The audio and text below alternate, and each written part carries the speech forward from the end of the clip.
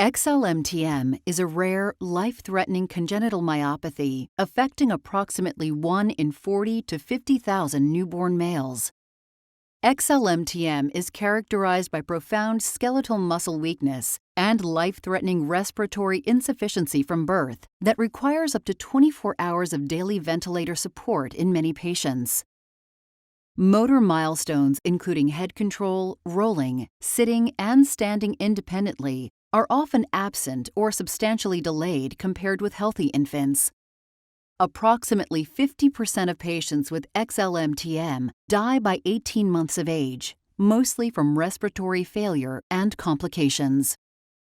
Additionally, XLMTM is a heterogeneous disease with several other manifestations.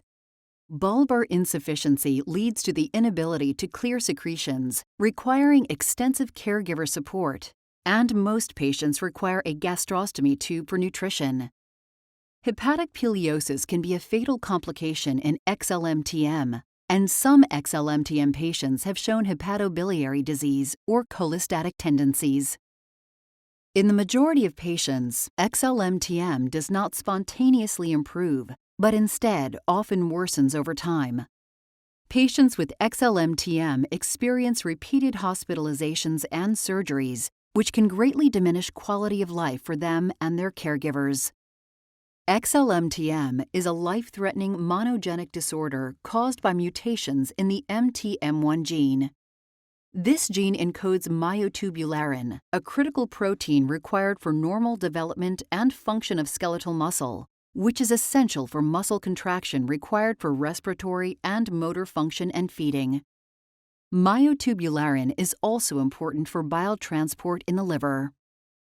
XLMTM muscle cells are characterized by mislocalized organelles and centrally located nuclei.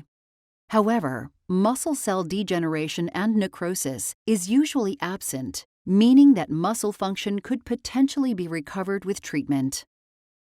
Differential diagnosis of XLMTM can be challenging, as it presents with some features that are similar to other congenital myopathies or neuromuscular disorders.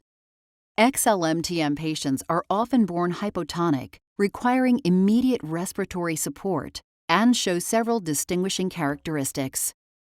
If XLMTM is suspected, diagnosis should be confirmed by genetic testing.